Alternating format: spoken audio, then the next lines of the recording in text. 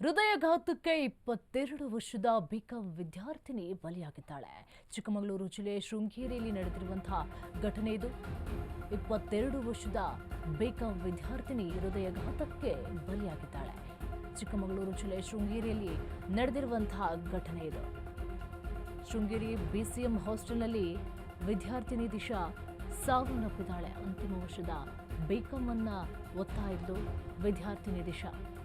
ಶಿವಮೊಗ್ಗ ಜಿಲ್ಲೆಯ ತೀರ್ಥಹಳ್ಳಿಯ ದಿಶಾ ಸಾವನ್ನಪ್ಪಿದ್ದಾಳೆ. ಹಾಸ್ಟೆಲ್ನಲ್ಲಿ ಎದೆ ನೋವಿನಿಂದ ಕುಸಿದು ಬಿದ್ದು ಸಾವನ್ನಪ್ಪಿದ್ದಾಳೆ. ಹೃದಯಾಘಾತ ಅನ್ನೋದು, ಈ ಹಾರ್ಟ್ ಅಟ್ಯಾಕ್ ಅನ್ನೋದು ಯಾರಿಗೆ ಹೇಗೆ ಬರುತ್ತೆ, ಯಾವ ಟೈಮಲ್ಲಿ ಬರುತ್ತೆ ಅನ್ನೋದು ಕೂಡ ಹೇಳೋದಕ್ಕಾಗಲ್ಲ. ಮೋಸ್ಟ್ ಆಫ್ ಆಲ್ ಸೈನ್ಸ್ ಪ್ರಕಾರ ಇರೋದು ಹೆಣ್ಣು ಮಕ್ಕಳಿಗಿಂತ ಗಂಡು ಮಕ್ಕಳಿಗೆ ಹೆಚ್ಚಾಗಿ ಹೃದಯಾಘಾತ ಕಾಣಿಸ್ಕೊಳ್ಳುತ್ತೆ ಅಂಥೇಳಿ. ಈಗ ವಯಸ್ಸಿನ ಮಿತಿ ಇಲ್ಲ, ಯಾವುದೇ ಜೆಂಡರ್ನ ಮಿತಿಯೂ ಕೂಡ ಇಲ್ಲ, ಯಾವುದೇ ಭೇದ ಭಾವಗಳು ಇಲ್ಲದೆ ಈಗ ಎಲ್ರಿಗೂ ಕೂಡ ಏಕಾಏಕಿ ನೋಡಿ 22 ವರ್ಷದ ಹುಡುಗಿ ಪಾಪ, ಅವಳಿಗೆ ಈಗ ಹೃದಯಾಘಾತ ಬಂದಿದೆ ಅಂತ ಹೇಳಿದ್ರೆ ನಿಜಕ್ಕೂ ಕೂಡ ಇದು ನಂಬಲಾಗದಂಥ ಒಂದು, ಸಹಿಸ್ಕೊಳ್ಳೋದಾಗದಂಥ ಒಂದು ಘಟನೆ ಅಂತಲೇ ಹೇಳ್ಬೋದು.